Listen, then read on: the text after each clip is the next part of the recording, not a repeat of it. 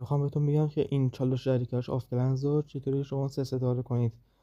خب برای اینکه از کنون نقطه شروع کنید باید از ساعت 5 شروع کنید که این برج انتقام شما بزنید، چون اگه بزنید به آخر سر خیلی واقعا بد براتون تمام میشه.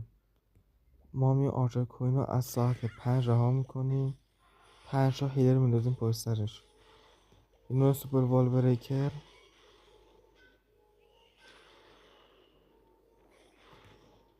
وقتی نزدیک شد ما دیگه میایم یه اسپری توتم داخل اینجا میندازیم، اینطوری اسپل اسکلت، اسپل خفاش اینجا میندازیم دیگه.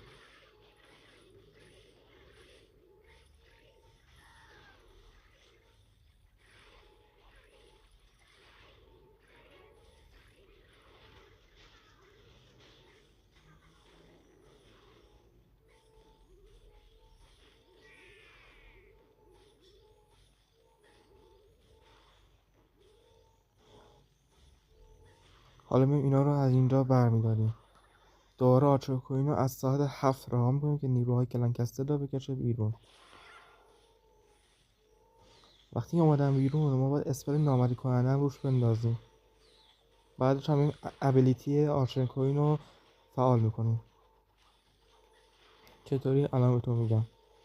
این منظورم اینه که وقتی اومدن بیرون اینو روش بندازیم، حالا ابیلیتیش هم میزنیم. خب حالا از ساعت 10 یا 11 که این گوشه میشه شما میاد چیکار کنید؟ 2 تا دراگو با یه الکترو دراگو اینجا میندازیم. حالا بقیه نیروها رو از ساعت 9 رها میکنید، مثلا ماشین محاصره، واردن، مینیوپنس و دوک اژدها هم از اینجا دیگه. وقتی میرین جلوتر دیگه هی توتم استفاده کنید و نه همینطوری مثلا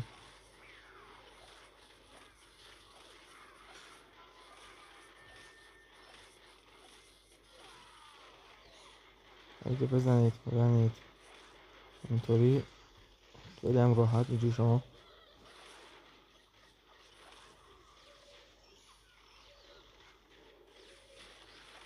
خب اگه وقتم تمام نشه خیلی خوب میشه.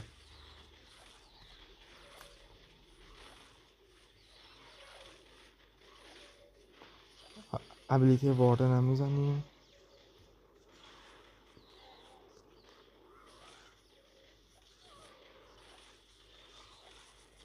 فقط